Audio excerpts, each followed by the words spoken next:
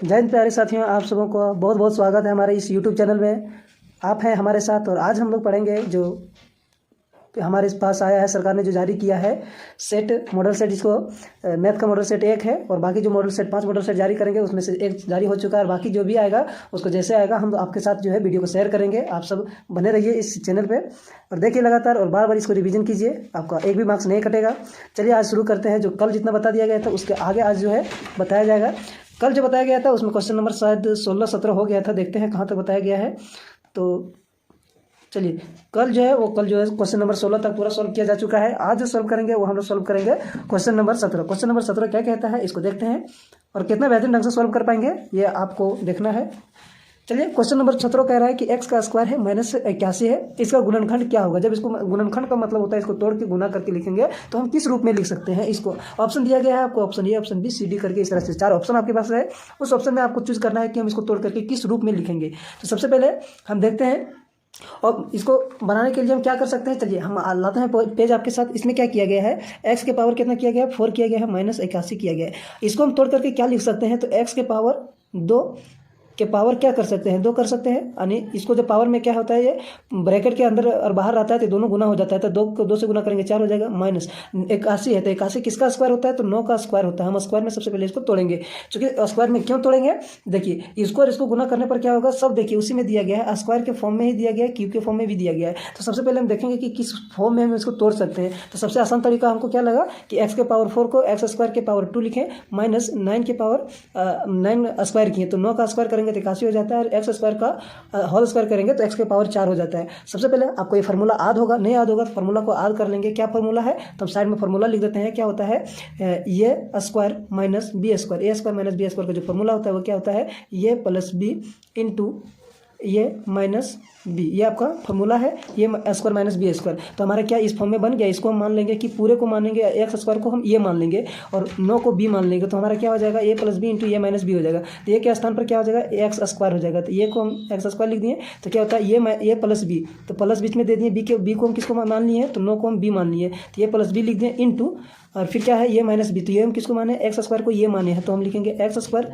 ए के स्थान पर और माइनस बी के स्थान पर 9 माने हैं तो यहाँ 9 को क्या माने हैं, बी, तो बी के स्थान पर क्या लिखेंगे, 9 लिख देंगे और हमारा जो है ये हमारा आंसर हो जाएगा। तो देखते हैं ये आंसर दिया किस में गया है। ये हमारा जो है क्वेश्चन नंबर 17 का ये जो दिया गया है यही ऑप्शन है और ये हमारा ऑप्शन क्या होगा, सही होगा। तो इस तरह से जो है आपका ये आंसर हो गया। और बाकी फिर देखते हैं अगला क्वेश्चन क्या कहता है। ये सबसे बेहतरीन क्वेश्चन है। आगे चलिए क्वेश्चन नंबर 18। क्वेश्चन नंबर 18 क्या कहता है कि x माइनस एक्स प्लस 3 बराबर 10 है तो x का मान क्या है। सबसे बेहतरीन क्वेश्चन है ये क्वेश्चन जो है आपका एग्जाम में इस तरह से यदि क्वेश्चन पूछेगा तो आप एकदम पूरा तोड़ फोड़ को देख सकते हैं। तो देखिए इसको सॉल्व करने का क्या तरीका है।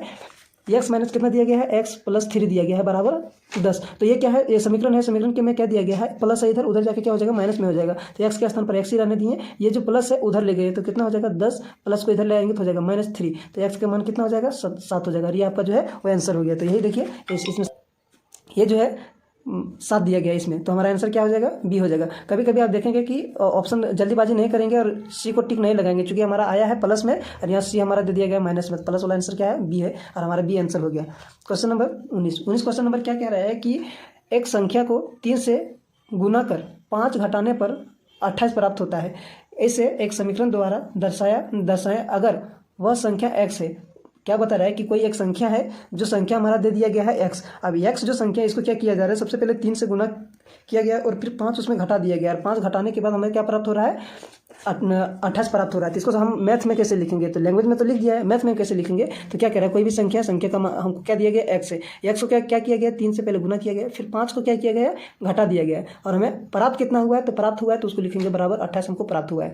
उसके बाद क्या है कि समीकरण में हम किस तरह से लिखेंगे, तो हमारे पास समीकरण में दिया गया है कि मैथ में किस तरह से लिखेंगे, वही समीकरण बोल रहा है। ये ऑप्शन होगा, बी ऑप्शन होगा, सी और डी होगा। कौन होगा, तो हम चलिए देखते हैं इसमें कौन सा होगा। x को 3 से गुना करेंगे तो 3x हो जाएगा, माइनस के माइनस 5 रहेगा और बराबर 28 होगा। देखिए ये कितना आसान क्वेश्चन है और इस तरह से क्वेश्चन आएगा तो चुटकी में सॉल्व करेंगे, वो भी सेकंडों में।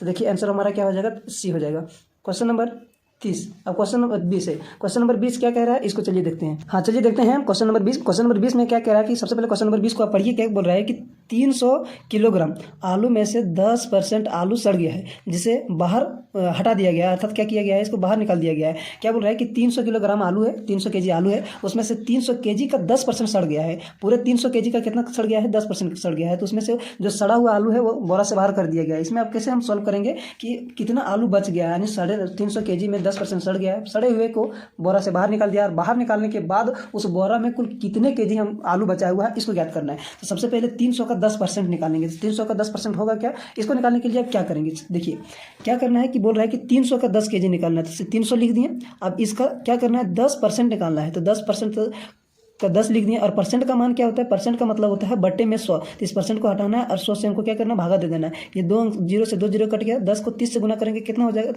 10 को 3 से गुना करेंगे तो 30 हो जाएगा, यानी कि 300 का 10% कितना होगा? तो 30 होगा। तो 300 में कितना परसेंट सड़ा है? 10% सड़ा है, और 10% का मान कितना आया है? 30 आया है, यानी कि 300 केजी में से 30 किलो क्या हुआ है? सड़ गया है। और 30 किलो को हम बाहर कर दिए तो उसमें बचेगा कितना? तो हमारे पास टोटल कितना है? 300 किलो है, और 300 किलो में 30 किलो क्या किया गया है? सड़ गया है। और सड़ा हुआ हम क्या कर रहे हैं? इसको बाहर फेंक दे रहे थे। हमारे पास बच कितना रहा है? तो 300 में 30 घटा देंगे तो हमारे पास बचेगा 270। ये हमारा, और यही हमारा क्या हो गया? आंसर हो गया। आंसर हमारा क्या हो जाएगा? आंसर हो जाएगा बी, ऑप्शन जो दिया गया है बी, ये हमारा आंसर हो गया। अब देखते हैं क्वेश्चन नंबर 21। 21 में क्या कह रहा है? 21 जो सबसे बेहतरीन क्वेश्चन है, इस तरह के क्वेश्चन जो है ये कॉन्सेप्चुअल क्वेश्चन है। इसको देखते हैं क्या बोल रहा है कि 1 दर्जन केले का मूल्य क्या है? 60 रुपये है। तो 360 रुपये में कितने केले खरीद सकते हैं? कितने केले मिलेंगे हमको? यानी आप बाजार गए, बाजार में आपको क्या बोला गया कि 1 दर्जन केले का लगेगा 60 रुपया। आपको दे के भेजा है 360 रुपया, तो 360 रुपये में आप घर कितने केले खरीद के लाएंगे इसको निकालना है। क्या करेंगे? सबसे पहले आप यहाँ बोल रहा है कि कितने केले, दर्जन की बात यहाँ नहीं किया जा रहा है, दर्जन आपको नहीं निकालना है। आपको बोल रहा है कितने केले, मतलब पीस, उसमें कितना पीस आप घर खरीद के लाएंगे। तो सबसे पहले 1 दर्जन दिया गया है जिसका 60 रुपया लिया गया है। इसमें क्या करना है आपको? 1 पीस का निकालना है। तो 1 दर्जन में कितना पीस होता है? 12 पीस होता है। 12 पीस का कितना रुपया लिया जा रहा है? 60 रुपया लिया जा रहा है। अब 1 पीस का कितना हो जाएगा? 1 पीस का इसको इधर ले आएंगे तो कितना हो जाएगा? 12 को इधर ले आएंगे तो कितना हो जाएगा? जैसे हम 12 को क्या लिख सकते हैं? 12 1 गुना 12 लिख सकते हैं, 60 दिया गया है। अब 12 को क्या कर रहे हैं? 12 को बराबर के इधर ले आ रहे हैं। बराबर के इधर ले आएंगे तो क्या हो जाएगा? इधर गुना में इधर आ जाएगा, भागा में हो जाएगा। तो 1 बराबर कितना हो जाएगा? 60 बट्टे 12 को भागा देंगे तो यहाँ 12। अब 60 को 12 से भागा देंगे कितना बार में जाएगा? 5 बार में, यानी 1 पीस का मूल्य कितना हो जाएगा? 5 रुपया हो जाएगा। 5 रुपया हो गया। अब 1 पीस को खरीदने में 5 रुपया लगेगा। तो टोटल कितना रुपया खर्चा किया जा रहा है? 360 रुपया किया जा रहा है खर्चा। तो जितना रुपया खर्चा किया जा रहा है उसको ऊपर में लिखना है, और 1 पीस का दाम कितना है? 5 रुपया। तो 5 से इसको भागा देना है सीधा सीधा, और हमारा आंसर आ जाएगा जो कितना केला खरीदेंगे उसका आंसर आ जाएगा। तो जैसे भागा देंगे तो 7 बार में जाएगा, 35 बचेगा। 1 जीरो उतारेंगे तो कितना हो जाएगा? 10, और 2 से डिवाइड करेंगे तो हो जाएगा इधर 12, 10 बचेगा, 5 दूनी 10 हो जाएगा। हमारा आंसर आ जाएगा 72, यानी 72 पीस जो है वो केला हम क्या करेंगे? खरीद करके घर लाएंगे। हमको 360 रुपये में 72 पीस केला मिलेगा। आंसर हो जाएगा आपका बी। क्वेश्चन नंबर देखते हैं, क्वेश्चन नंबर 22 है। 22 क्वेश्चन जो है ये बेहतरीन क्वेश्चन है। इस क्वेश्चन को जो है वो पूरे बेहतरीन ढंग से आपको देखना है। अब पूरा क्वेश्चन जो है इसको सॉल्व करना है, और 1 बार नहीं 2 बार इसको 2-3 बार आप रिवीजन करेंगे, आपको बेहतरीन ढंग से इसको समझ में आएगा। चलिए देखते हैं इस क्वेश्चन में क्या क्या रहा है और करना क्या है। इस क्वेश्चन में किस तरह के कॉन्सेप्ट हम क्वेश्चन में लगेंगे। अब चलिए इसमें क्या बता रहा है कि कोई गाड़ी है जो 60 किलोमीटर प्रति घंटा की चाल से चलकर अपने गंतव्य स्थान, गंतव्य का मतलब क्या होता है? जहां वो उसको जाना है उस स्थान पर ही पहुंच रहा है। तो उसको जाना है, जो उसका जिस स्थान पर जाना है उसी को गंतव्य के लिए, उस गंतव्य शब्द उसी के लिए यूज किया जा रहा है। तो क्या बोल रहा है कि गंतव्य स्थान पर पहुँचने में 2 घंटे लगते हैं। वही गाड़ी 80 किलोमीटर प्रति घंटा की चाल से चलने पर उसी गंतव्य स्थान पर पहुंचने में कितना समय लेगी। यानी एक गाड़ी है, गाड़ी कितना स्पीड से चल रहा है? 1 घंटा में 60 किलोमीटर की स्पीड से चल रहा है। उसको अपने स्थान तक पहुंचने में, जहां उसको जाना है वहां तक जाने में 2 घंटा का समय लग जाता है। यदि वही गाड़ी का स्पीड, यदि हम एक्सीलरेटर झाड़ दिए, कर दिए उस गाड़ी का स्पीड 80 किलोमीटर प्रति घंटा, मतलब 1 घंटा में अब गाड़ी का स्पीड कितना है? 80 किलोमीटर। तो वही गंतव्य स्थान, यानी जहाँ से गाड़ी शुरू हुई थी वहाँ से शुरू करके गंतव्य स्थान तक जाना है जहाँ हमको पहुँचना है। जब 60 की स्पीड से चल रहे हैं तो 2 घंटा लग रहा है। जब हम 80 की स्पीड से चलेंगे तो उसी स्थान पर कितने समय में पहुंच जाएंगे। तो सबसे पहले क्या करना है, ये जो पहला लाइन दिया गया है कि 60 किलोमीटर प्रति घंटा की चाल से चलकर गंतव्य स्थान पर पहुंचने में 2 घंटे का समय लेती है, तो इससे आपका दूरी निकलेगा कि हमें कितना दूरी जाना है। यानी गंतव्य जो जिस स्थान से हम गाड़ी को चलाना शुरू किए, गंतव्य स्थान तक कितना दूरी है वो निकालने के लिए हम पहला लाइन का यूज करेंगे। उसके बाद जो है वो आंसर निकलेगा हमारा दूसरे लाइन से। तो चलिए कैसे इसको सॉल्व करते हैं, देखते हैं। क्या बोल रहा है कि सबसे पहले आपको ये फॉर्मूला याद रखना पड़ेगा कि जो चाल होता है, जिसको हम गति कहते हैं, चाल बराबर क्या होता है? चाल बराबर होता है दूरी बटा समय। क्या होता है? दूरी बटा समय होता है। ठीक है, दूरी बटा समय। अब चाल को हम क्या कहते हैं, स्पीड कहते हैं, गति कहते हैं। तो चाल कितना दिया गया है, चाल दिया गया है शुरू में 60 किलोमीटर प्रति घंटा। क्या दिया गया, 60 किलोमीटर प्रति घंटा दिया गया।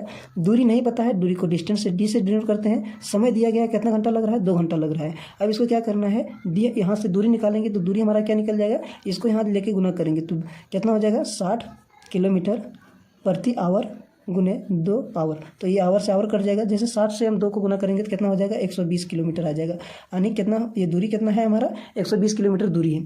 तो वही पूछ रहा है कि 120 किलोमीटर की दूरी जाने में हमें कितना समय लगेगा जब स्पीड को क्या कर देते हैं, 60 के स्थान पर 80 कर देते हैं। तो फिर से हम यही फार्मूला लगाएंगे। फार्मूला क्या लगाएंगे फिर से, कि चाल बराबर दूरी बटा समय। तो चाल कितना कर देते हैं, चाल कर देते हैं हम 80 किलोमीटर प्रति घंटा की रफ्तार कर देते हैं गाड़ी का स्पीड। और दूरी कितना है, दूरी हमको 120 किलोमीटर की दूरी जाना है। कितना समय लगेगा, टाइम हमको ही निकालना है। तो इसको कुछ नहीं करना है, बस ये जो है जिस तरह से कैची गुने यहाँ किए उसी तरह से कैची गुना यहाँ कर देंगे। टी चला जाएगा इसके स्थान पर और ये आ जाएगा यहाँ। तो 120 बटे कितना हो जाएगा, ये किलोमीटर में दिया गया, यहाँ किलोमीटर में भी लिखेंगे। 80 नीचे आ जाएगा तो 80 नीचे कर दिए।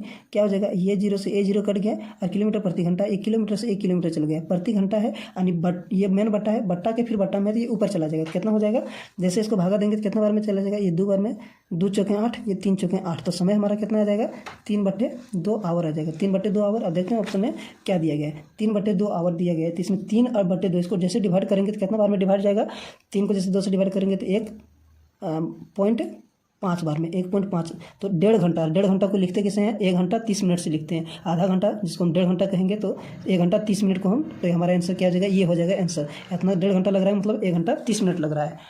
चलिए क्वेश्चन नंबर हम देखते हैं, क्वेश्चन नंबर 3 23 क्वेश्चन नंबर क्या बताता है इसको देखते हैं।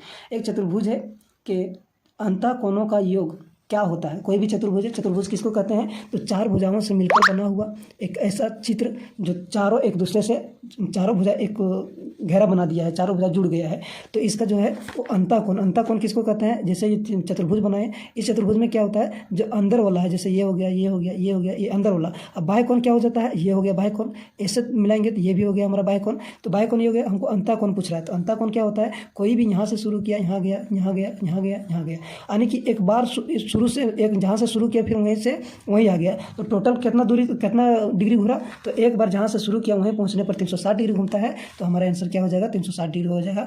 यानी कि चतुर्भुज के अंतःकोण जब जोड़ेंगे तो पूरा कितना हो जाता है, 360 डिग्री हो जाता है। हमारा आंसर क्या हो जाएगा, 360 डिग्री हो जाएगा। अब देखते हैं ये क्वेश्चन नंबर 25 क्या कहता है कि दिए गए समांतर चतुर्भुज में x का मान क्या होगा। तो सबसे पहले आपको जानना है कि समांतर चतुर्भुज हम कहते किसको हैं। तो देखिए समांतर चतुर्भुज की क्या होती है कि एक आकृति है, चतुर्भुज है। चतुर्भुज में क्या होता है कि समांतर चतुर्भुज आमने सामने की जो भुजाएं हैं ये एक दूसरे से कितनों दूरी पर चला जाए, कितनों दूरी पर चला जाए, दोनों को खींचेंगे एकदम पूरा अनंत तक, लेकिन एक दूसरे को प्रतिच्छेद नहीं करेगी। यानी यहाँ से यहाँ तक की जो लंबाई है वो कितनों इधर चलेगी, कितनों चलेगी, ये लंबाई कभी भी बदलेगी नहीं। जैसे यहाँ से यहाँ तक की लंबाई कितना है, मान लीजिए यहाँ से यहाँ तक लंबाई 10 मीटर है, तो यहाँ भी नापेंगे तो यहाँ से ऊंचाई, ये ऊंचाई है, ये ऊंचाई नापेंगे कितना हो जाएगा, ऊंचाई 10 मीटर यहाँ भी रहेगा, यहाँ भी मापेंगे तो भी 10 मीटर रहेगा। यानी कि इसको इधर खींचो या फिर इसको इधर खींचो, जहाँ भी खींचेंगे तो एक दूसरे के बीच की जो दूरी हाइट है, ये हाइट कभी भी कम नहीं होगी, समान रहेगी जहाँ तक खींचेंगे। तो दोनों जो समांतर रेखाएं क्या होती है कि एक दूसरे को कभी भी कितनों दूरी पर खींचेंगे तो अनंत तक भी खींच के ले जाएंगे, तो क्या हो, एक दूसरे को प्रतिच्छेद नहीं करेगी। जैसे हम क्या किए कि एक देखिए, हम ये एक लाइन खींच दिए और एक लाइन इस तरह से खींच दिए, तो ये क्या समांतर है, नहीं है, क्योंकि इसको आगे बढ़ाएंगे तो यहाँ कट जाती है। जब कट जाए तो इसे किसी को कहते हैं प्रतिच्छेद,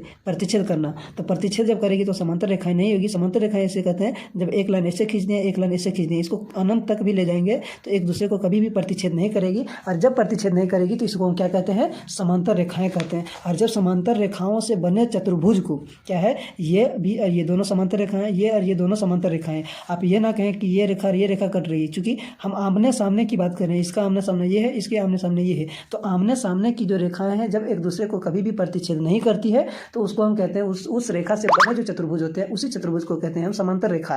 तो ये हो गया समांतर, उस चतुर्भुज को समांतर चतुर्भुज कहते हैं। तो समांतर चतुर्भुज में क्या दिया गया है, x का मान हमको निकालने के लिए बोला गया है, जिसमें यहाँ का मान दे दिया गया है 85। अब क्या होता है, कोई भी समांतर जो चतुर्भुज खींचते हैं तो सभी कोण क्या होता है, आमने सामने के कोण क्या होते हैं, बराबर होते हैं। जो कोण यहाँ होगा वही कोण यहाँ होगा, जो कोण यहाँ होगा वही कोण यहाँ होगा। होगा, क्योंकि इसका जो शेप है वो एक जैसा है, समान शेप है। कहीं भी एक मतलब यहाँ जो होगा कौन वो यहाँ होगा। जिस तरह से ये जब क्या है इसको समझते हैं इस तरह से, जैसे देखिए ये रेखा क्या है सीधा है, उसी तरह से ये रेखा सीधा है। क्या है, ये रेखा क्या है सीधा है। तो जो कोण यहाँ बनेगा, जो कोण यहाँ बनेगा वही कोण हमारा यहाँ बनेगा। क्या बनेगा, वही कोण यहाँ बनेगा। तो ये क्या हो जाएगा, जैसे ये बन जाएगा हमारा एकांतर कोण। एकांतर कोण क्या होता है, इस तरह से एकांतर कोण होता है। तो जैसे हम खींचेंगे इसको तो ये कोण और ये कोण क्या हो जाएगा, बराबर हो जाएगा। यानी कि देखिए ये हमारा क्या है, ये एक रेखा है, ये रेखा को इस तरह से खींच दिए हम लाइन, तो यहाँ जो एंगल बनेगा उसी तरह से जैसे हमारा क्या है, ये जहाँ तक जाएगा वहाँ तक सीधे में जाएगा। कभी भी एक दूसरे को क्या होगा, ये एंगल एक दूसरे का चेंज नहीं होगा। जैसे एंगल चेंज होगा तो ये क्या हो जाएगा, दूरी इसका क्या हो जाएगा।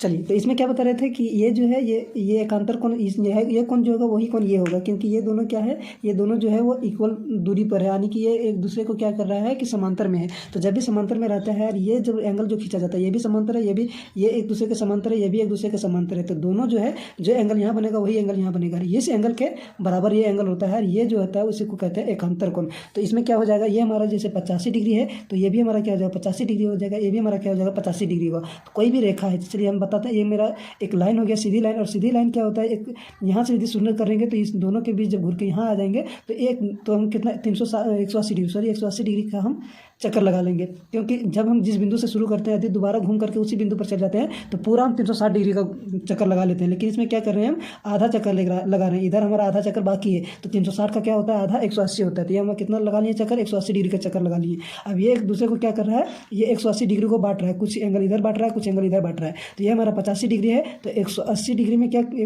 में क्या घटा देंगे, 85 यदि घटा देंगे तो हमारा ये एंगल नहीं निकल जाएगा। जैसे में देखिए ये एक लाइन हुआ हमारा, ये एक लाइन हुआ। इस लाइन को यदि ये लाइन बांट रहा है तो जो एंगल ये होगा, इन दोनों का योग क्या होगा, 180 डिग्री होगा। तो 180 डिग्री लिख दिया। ये एंगल हमको पता है, ये एंगल कितना है 85 डिग्री। जैसे 85 घटाएंगे तो हमारा ये एंगल निकल जाएगा। तो कितना हो जाएगा, 85 घटाने पर 10 में 5 गया 5 बचेगा, और यहाँ बचेगा 17, 17 में 8 गया, कितना बचेगा 9 बचेगा। तो हमारा एंगल कितना आ जाएगा, 95 डिग्री हमारा एंगल आ जाएगा। जो आंसर कहाँ दिया गया है, आंसर हमारा बी में मिल गया। तो हमारा आंसर क्या हो जाएगा, बी हो जाएगा। इसको आप बेहतरीन ढंग से समझे होंगे मुझे आशा है, और एक बार से नहीं 2 बार फिर इसको समझिए, आपको समझ में आएगा। चलिए देखते हैं क्वेश्चन नंबर 26 क्या कहता है। क्वेश्चन नंबर 26 ये जो है बहुत ही बेहतरीन क्वेश्चन इसमें पूछा जा रहा है। जो पूछा जा रहा है आयलर सूत्र क्या है, आयलर सूत्र क्या है वही दिया गया है। ये आयलर सूत्र में पूछ रहा है कि कौन सा सही नहीं है। तो देखिए ये एफ है, ये बी है, ये ई है। ये एफ क्या बताता है, एफ बताता है फलक को बताता है। एफ क्या बताता है, फलक किसको कहते हैं। जैसे आप देखे होंगे लूडो की गोटी, तो लूडो की जो गोटी होती है जिससे हम चलते हैं, जिसमें लिखा रहता है 1 2 3 4 5 6 लिखा रहता है, वो लूडो की गोटी बता रहे हैं। उस लूडो की गोटी में जहाँ 1 लिखा रहता है, 2 लिखा रहता है, 3 लिखा रहता है, उसको हम क्या कहते हैं, फलक कहते हैं। फलक को क्या कहते हैं, इसको फेस भी कहते हैं, फलक सतह। उस सतह को ये दिखाता है। भी क्या बताता है, ई क्या बताता है, ई जो बताता है और भी क्या बताता है। इसको देखने के लिए हम सबसे पहले देखते हैं कि जिस तरह से एफ जो बता रहा है कि फलक को, उसी तरह से भी क्या बता रहा है और ई क्या। तो भी जो है वो क्या बताता है, भी का क्या होता है, वर्टेक्स होता है। वर्टेक्स किसको कहते हैं, हम कोना को कहते हैं वर्टेक्स। जैसे हम देखते हैं कि एक चित्र बना देते हैं, जैसे हम बना दिए, ये हम एक चतुर्भुज बना दिए, तो ये जो कोना है ये क्या बताता है, वर्टेक्स बताता है, वर्टेक्स। और जो सतह होता है, जैसे हम लूडो की गोटी का एग्जाम्पल दिए हैं, तो वो सतह हो गया। और जो ई बताता है, ये बताता है कि भुजा कितना है, भुजा क्या है। तो ये जो है ये आयलर्स फार्मूला है। आयलर फार्मूला क्या होता है, एफ प्लस भी बराबर ई प्लस 2। आपको कभी भी ऑप्शन में ये भी दिया जा सकता है कि भी प्लस एफ प्लस भी, ई इधर प्लस है, बराबर के इधर ले आएंगे तो क्या हो जाएगा, माइनस हो जाएगा। तो क्या हो जाएगा पूरा कि एफ प्लस बी माइनस ई बराबर 2। और ये भी हमारा क्या हो जाएगा, आयलर फार्मूला, ये भी हो जाएगा। तो ये भी हमारा ऑप्शन क्या हो जाएगा, इस तरह से लिखा रहेगा। तो ये भी हम आयलर फार्मूला पूछेगा, आयलर सूत्र क्या है, तो ये भी लिखा रहेगा, तो इसको भी हम सही लगाएंगे। चलिए इसमें क्या क्वेश्चन पूछ रहा है कि आयलर सूत्र जो है ये इसके लिए कौन सा सही नहीं है।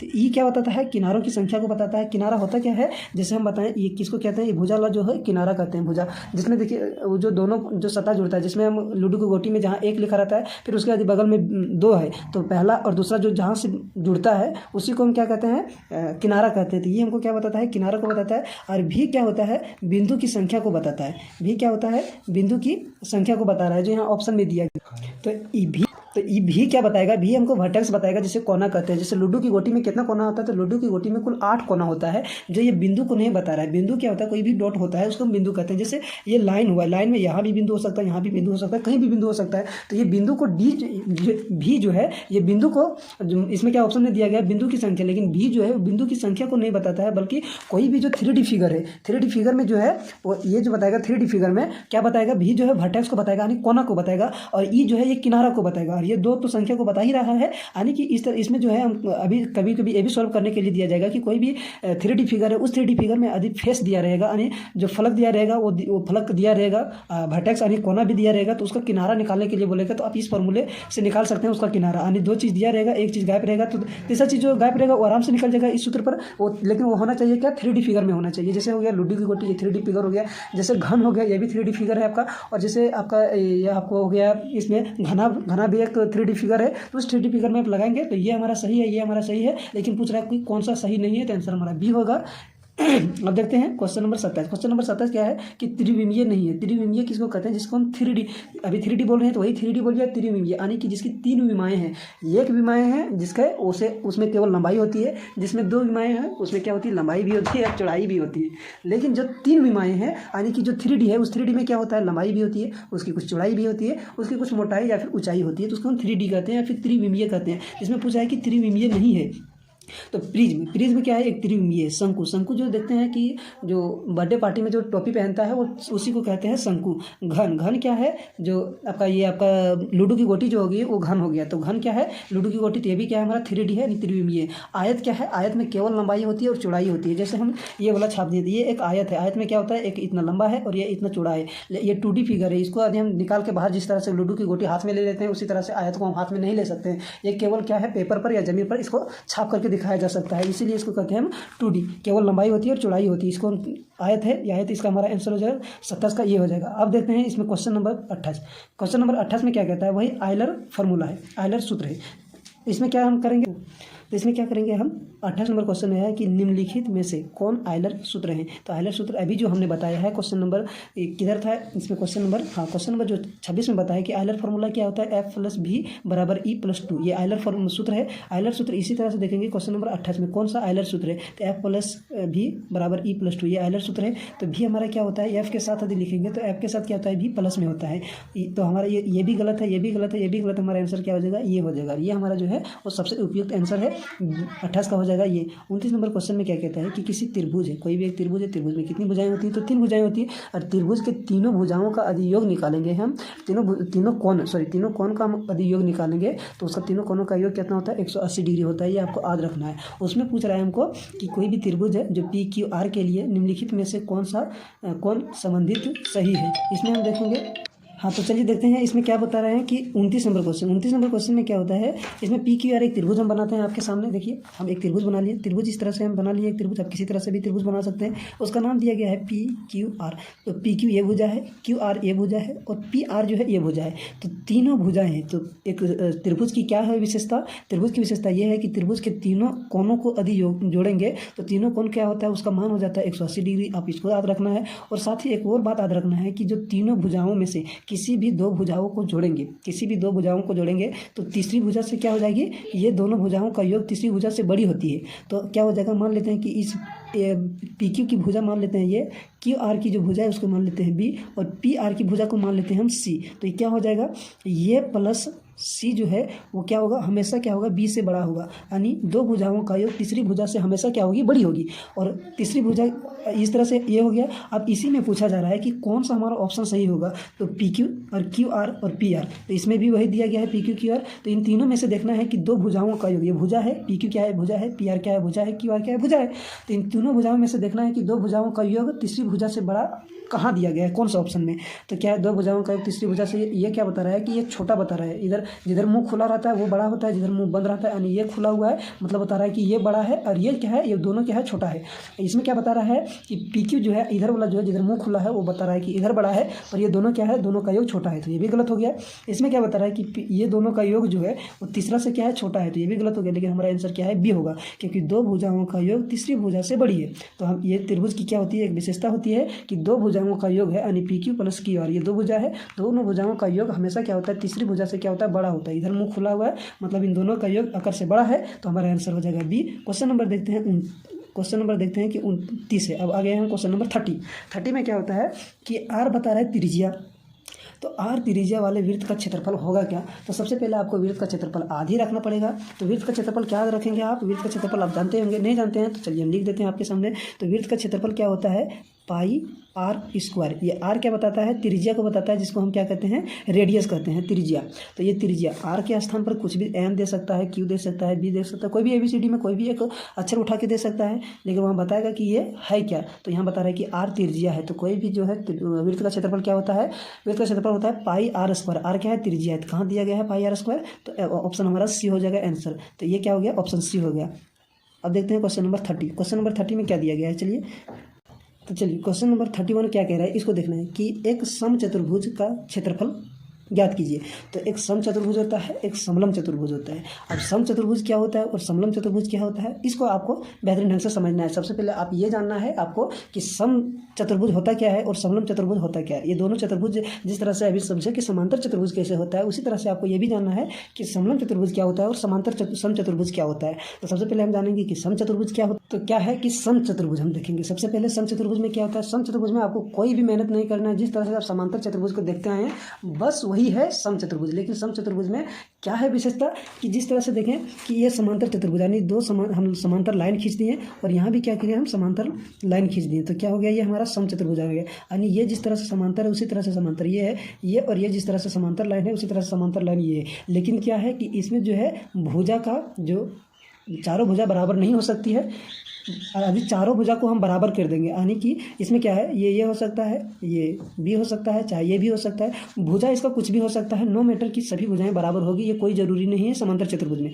लेकिन सम चतुर्भुज में ये बात जरूरी है कि कोई भी एक समांतर चतुर्भुज खींचिए जिसकी भुजाएं क्या होनी चाहिए। कोई भी एक समांतर चतुर्भुज खींचिए जिसकी भुजाएं क्या होनी चाहिए, जिसकी भुजाएं ये बराबर होनी चाहिए। सभी भुजाएं क्या होती है? बराबर होती है। लेकिन क्या होनी चाहिए? ये समांतर होनी चाहिए, यानी लाइन जो है एक दूसरे को कहीं काटनी नहीं चाहिए। आप सामने की भुजा एक दूसरे को कभी भी कहीं काटनी नहीं चाहिए।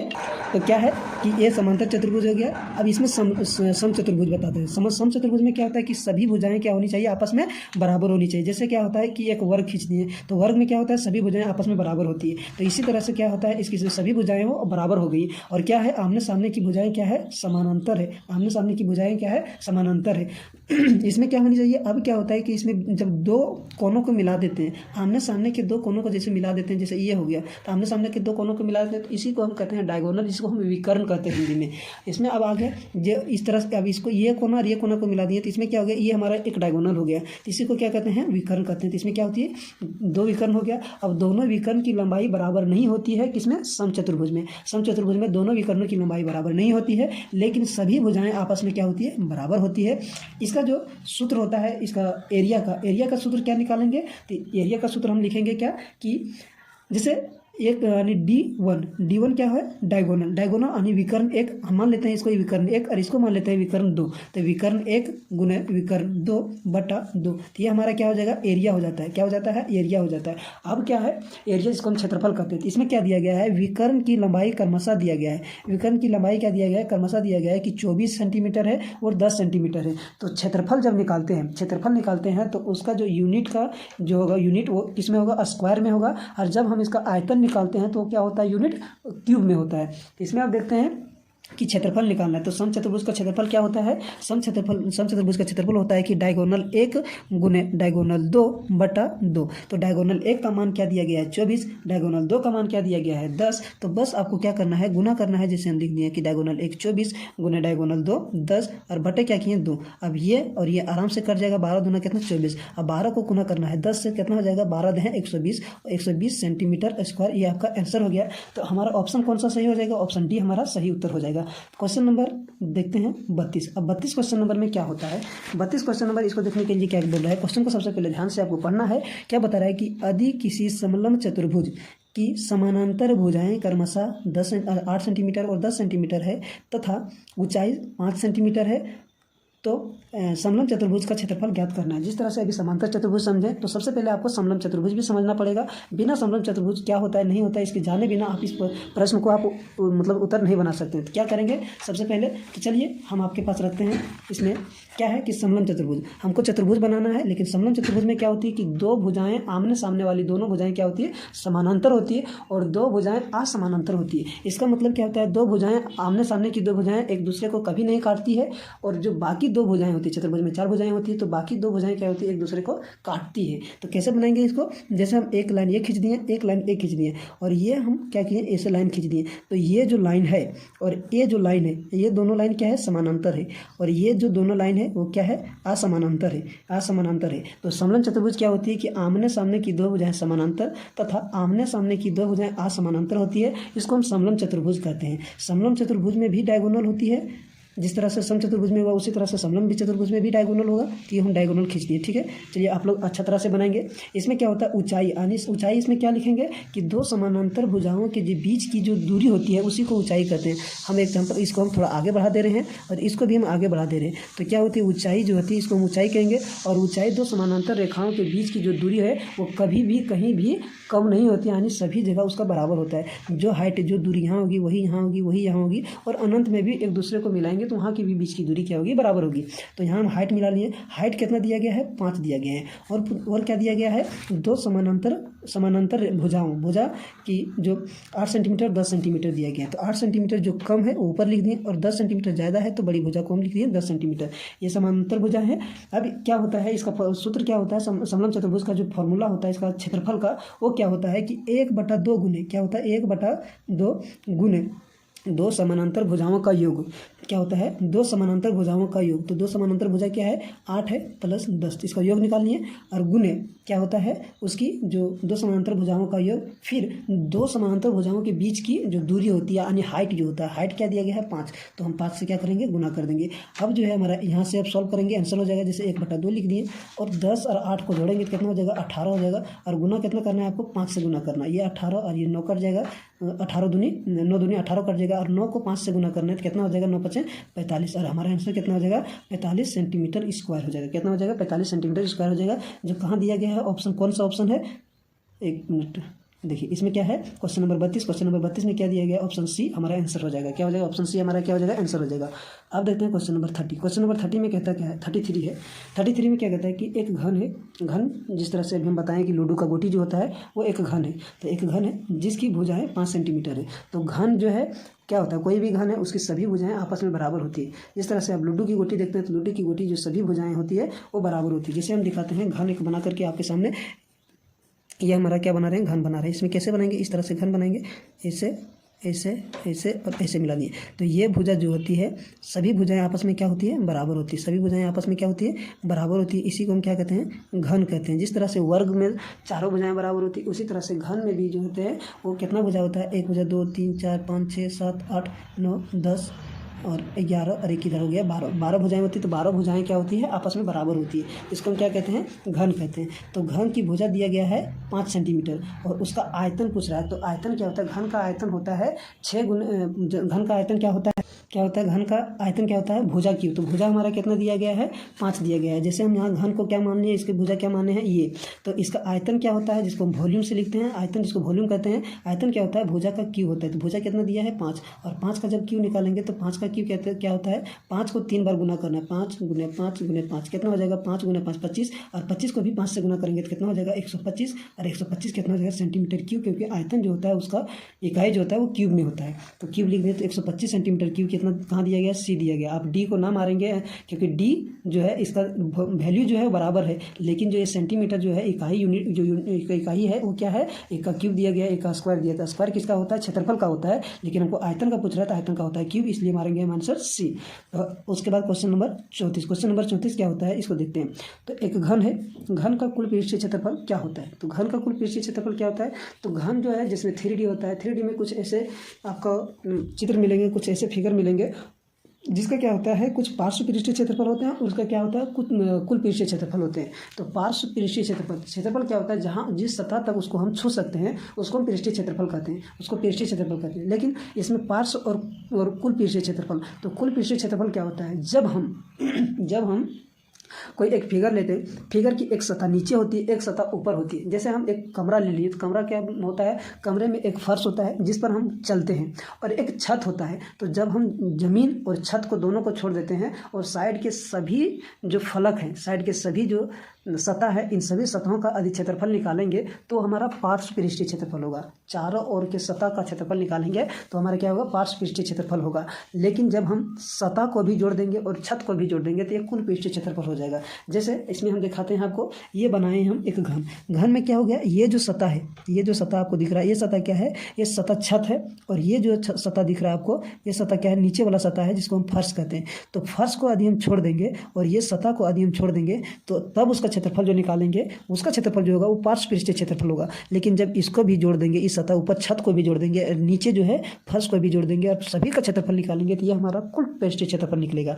तो घन का जो पार्श्व पृष्ठीय क्षेत्रफल होता है, घन का क्या होता है, पार्श्व पृष्ठीय क्षेत्रफल क्या होता है, 4 गुने भुजा स्क्वायर होता है। क्या होता है, 4 गुने भुजा स्क्वायर, क्योंकि इसका फलक कितना होता है, एक फलक, दो फलक और एक इधर होगा, जो इधर सामने वाला फलक हुआ, और एक जो है उधर वाला फलक हुआ। जैसे ये फलक हुआ तो ये फलक एक हुआ, तो इसमें क्या होता है, 4 फलक होता है, इसलिए 4 और भुजा स्क्वायर कर दिए। ये हमारा क्या होगा, पार्श्व पृष्ठीय क्षेत्रफल। और कुल पृष्ठीय क्षेत्रफल क्या होता है, जिसको हम टोटल पृष्ठीय क्षेत्रफल कहते हैं। टोटल एरिया क्या होता है, टोटल एरिया हमारा क्या हो जाएगा, टोटल एरिया हो जाएगा जिसमें हम दो भुजा और दो सतह को और जोड़ देंगे, एक ऊपर वाला सतह को जोड़ देंगे और नीचे वाला सतह को जोड़ देंगे, तो टोटल सतह कितना हो जाएगा, 6 हो जाएगा। तो 6 गुने भुजा स्क्वायर करेंगे तो ये हमारा क्या हो जाएगा, टोटल पृष्ठीय क्षेत्रफल हो जाएगा। टोटल पृष्ठीय क्षेत्रफल यानी कुल पृष्ठीय क्षेत्रफल हो जाएगा। तो क्वेश्चन नंबर जो है 34 में पूछ रहा है कि घन का कुल पृष्ठीय क्षेत्रफल क्या होता है। तो घन का कुल पृष्ठीय क्षेत्रफल क्या होता है, 6 गुने भुजा स्क्वायर। तो भुजा के स्थान पर हमको क्या दिया है, देखिए यहाँ भी आई स्क्वायर है, यहाँ भी आई स्क्वायर है, और यहाँ भी आई स्क्वायर है, यहाँ भी आई स्क्वायर है। लेकिन कुल पृष्ठीय क्षेत्रफल क्या होता है, 6 गुने भुजा स्क्वायर। भुजा के स्थान पर क्या दिया गया, आई से डिनोट किया है भुजा को, तो आई यहाँ भी है, आई यहाँ भी है। तो 4 गुने भुजा स्क्वायर क्या होता है, उसका पार्श्व पृष्ठीय क्षेत्रफल होता है। आप इसको टिक ना लगाएंगे, कुल पृष्ठीय क्षेत्रफल पूछा है इसीलिए कुल पृष्ठीय क्षेत्रफल होता है 6 गुने भुजा स्क्वायर। तो 6 गुने आई स्क्वायर हमारा बी नंबर आंसर हो गया। अब क्या है 35 में क्या समझाया है क्वेश्चन, और क्वेश्चन के अनुसार इसमें क्या हमको निकालने के लिए बोल रहा है। देखिए आयतन में क्या होता है, क्यूब होता है। तो सबसे पहले आप ऑप्शन को एलिमिनेट करना चाहते हैं तो ऑप्शन को भी एलिमिनेट कर सकते हैं, यानी ऑप्शन को सबसे पहले छाड़ सकते हैं, क्योंकि आयतन जब भी निकालने के लिए कहेगा तो उसका स्क्वायर नहीं हो सकता है, केवल होगा तो क्यूब होगा। तो ये ऑप्शन सबसे पहले आपको छोड़ देना है, इसको चेक ही नहीं करना है। ये दोनों ऑप्शन में आप किसी को टिक लगाना है। तो कौन सा टिक लगाएंगे, चलिए देखते हैं। एक बॉक्स की लंबाई 10 सेंटीमीटर, चौड़ाई 5 सेंटीमीटर, ऊंचाई 3 सेंटीमीटर, बॉक्स का आयतन क्या होगा। तो देखते हैं बॉक्स क्या हो गया, जैसे माचिस का डिब्बा एक बॉक्स है, आप बक्सा जिसमें आप अपना कपड़ा उपड़ा रखते हैं वो भी एक आपका बॉक्स हो गया। तो बॉक्स देखते हैं बॉक्स किस रूप में है, तो बॉक्स एक घनाभ के रूप में। जिस तरह से अभी बताएं कि ये घन समझाएं, उसी तरह से घनाभ बनाएंगे। घन की सभी भुजाएं बराबर होती है, लेकिन घनाभ की सभी भुजाएं बराबर नहीं होती है, बल्कि आमने सामने की भुजाएं बराबर होती है। जिस तरह से आयत देखिए, आयत में क्या होती है, आयत में क्या होता है, ये भुजा और ये भुजा आपस में बराबर होता है, और ये तथा ये भुजा दोनों आपस में क्या होती है, बराबर होती है। तो ये हमारा क्या हो गया, आयत हो गया। लेकिन घन में क्या होता है कि सभी भुजाएं आपस में क्या होती है, बराबर होती है। घनाभ इसी का जस्ट थोड़ी सी इसमें डिफरेंस है। क्या होगा, जैसे ये हो गया हमारा, इसमें क्या होता है कि आमने सामने की भुजाएं क्या होती है, बराबर होती है, सभी भुजाएं बराबर नहीं होती। जैसे ये है आमने सामने की भुजाएं, ये भी बराबर होगी, ये और ये दोनों बराबर होगी, और जब ये भुजा आपस में क्या होगा, बराबर होगी। यानी आमने सामने की जो भुजाएं हैं वही केवल बराबर होगी, बाकी भुजाएं बराबर उससे नहीं होगी। क्या होता है, घन में सभी भुजाएं बराबर होती है, जबकि घनाभ में क्या होती है, केवल आमने सामने। जिसके इसके सामने वाला ये है तो ये क्या होता है, एक दूसरे के बराबर होता है। ये इसके बराबर होगा, ये इसके बराबर होगा, तो ये हो गया घनाभ। तो इसी में पूछ रहा है कि एक बॉक्स है, बॉक्स किस आकार में होता है, तो घनाभ के आकार में होता है। क्यों, क्योंकि उसका जब मान दे दिया गया है, बॉक्स में क्या होता है, केवल घनाभ में एक बॉक्स घनाभ के रूप में, क्योंकि उसमें लंबाई दिया गया है, चौड़ाई दिया गया और क्या दिया गया, ऊंचाई दिया गया, और उसका आयतन निकालने के लिए बोल रहा है। तो सबसे पहले आपको ये भी याद रखना है कि घनाभ का आयतन होता क्या है। तो घनाभ का आयतन क्या होता है, लंबाई गुने चौड़ाई गुने ऊंचाई। ये क्या होता है, घनाभ का आयतन होता है। क्या होता है, यहाँ से हम लिखते हैं फरे से, लंबाई को एल से डिनोट करते हैं, चौड़ाई को बी, ब्रेथ इसको कहते हैं, बी से डिनोट करते हैं, और हाइट इसको हम ऊंचाई कहते हैं, इससे डिनोट करते हैं। तो जैसे यहाँ हम मान पुट करेंगे हमारा आंसर बिल्कुल आ जाएगा। क्या आ जाएगा, जैसे एल का मान हम लिख दिए 10 गुने, बी का मान कितना दिया, चौड़ाई कितना दिया 5, गुने ऊंचाई कितना दिया है 3, बस गुना करना है, आपका आंसर हो जाएगा 10 को 5 से गुना करेंगे 50, और 50 को 3 से गुना करेंगे कितना हो जाएगा 50 या 150, और ये आपका क्या होगा 150 सेंटीमीटर क्यूब आंसर हो गया। देखिए ऑप्शन नंबर हमारा ये जो उत्तर सही है। अब जो है इसमें जो है क्वेश्चन नंबर 36 में देखिए क्या दिया गया है। यदि बेलन की त्रिज्या और ऊंचाई क्रमशः इतना इतना है, यानी 7 सेंटीमीटर और 5 सेंटीमीटर है, तो बेलन का आयतन क्या होगा। तो जिस तरह से अभी आपने पढ़ा घन का आयतन क्या होता है, घनाभ का आयतन क्या होता है, और भी जो समलंब चतुर्भुज का क्षेत्रफल निकालें, समचतुर्भुज का क्षेत्रफल निकालें, उसी तरह से जो है बेलन का भी एक क्षेत्रफल होता है, बेलन का भी आयतन होता है। तो बेलन का आयतन क्या होता है, सबसे पहले आपको ये फार्मूला याद रखना होगा। बेलन का आयतन क्या होता है, पाई आर स्क्वायर एच होता है। क्या होता है, लिखते हैं पाई आर स्क्वायर एच। ये क्या होता है, बेलन का आयतन होता है। पाई आर स्क्वायर एच जो है ये बेलन का आयतन होता है। अब बेलन का आयतन निकालने के लिए क्या हमको जरूरी होनी चाहिए, ये तो हमको 22/7 पाई का मान पता ही रहता है 22/7। हमको मेन मालूम करना है कि आर क्या है और एच क्या है, ये तो हमको पता करना है।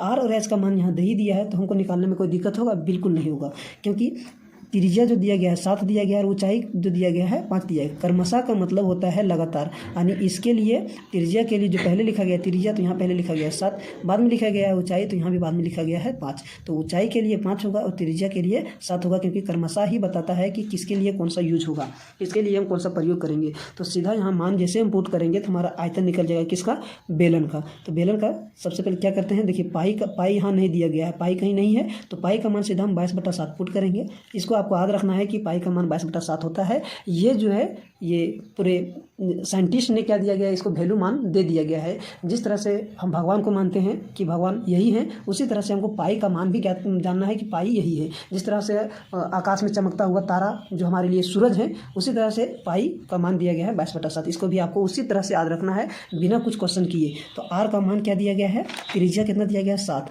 तो त्रिज्या आर के स्थान पर 7 पुट करेंगे। त्रिज्या का स्क्वायर है तो हम इसका भी स्क्वायर करेंगे, गुना एच क्या है, हाइट कितना दिया गया है 5 दिया गया है, जैसे हम 5 पुट कर देते हैं। अब इसको और तोड़ के लिखेंगे तो 22/7, 7 के पावर 2 है, आने की ये बता रहा है कि 7 को 2 बार गुना करना है। 7 को 2 बार गुना कर दिए, 5 लिख दिए। अब एक 7 से एक 7 कट गया, बचेगा कितना, इतना। अब 22 को पहले 5 से गुना करेंगे तब 7 से गुना कर सकते हैं, या फिर आप जिस तरह से आपको आसान पड़े उस तरह से गुना करते हैं। हमारे लिए आसान बात क्या है कि 22 को पहले 5 से गुना करेंगे। 22 का पहाड़ा जानते हैं, 22 × 5 = 110 होता है। कितना होता है 110। अब इसको गुना करेंगे 7 से, तो ये क्या है, एक अंक है, तो एक अंक के बाद 0 आएगा ही, तो हम 0 पहले लिख लेते हैं। अब 11 को 7 से गुना करेंगे तो 11 से आ जाता है 77, और घन का बेलन का आयतन है तो हम लिखेंगे सेंटीमीटर क्यूब, और ये हमारा आंसर हो। तो क्वेश्चन नंबर 36 का आंसर हो जाएगा कितना हमारा आएगा 770 सेंटीमीटर क्यूब। ये आंसर ना होकर के हमारा क्यूब इसमें दिया गया तो आंसर हमारा बी होगा। और इस तरह से जो है आप इसको सॉल्व कीजिए। तब तक के लिए इतना ही, जय हिंद। अगले वीडियो में इसके आगे बताएंगे। थैंक्स।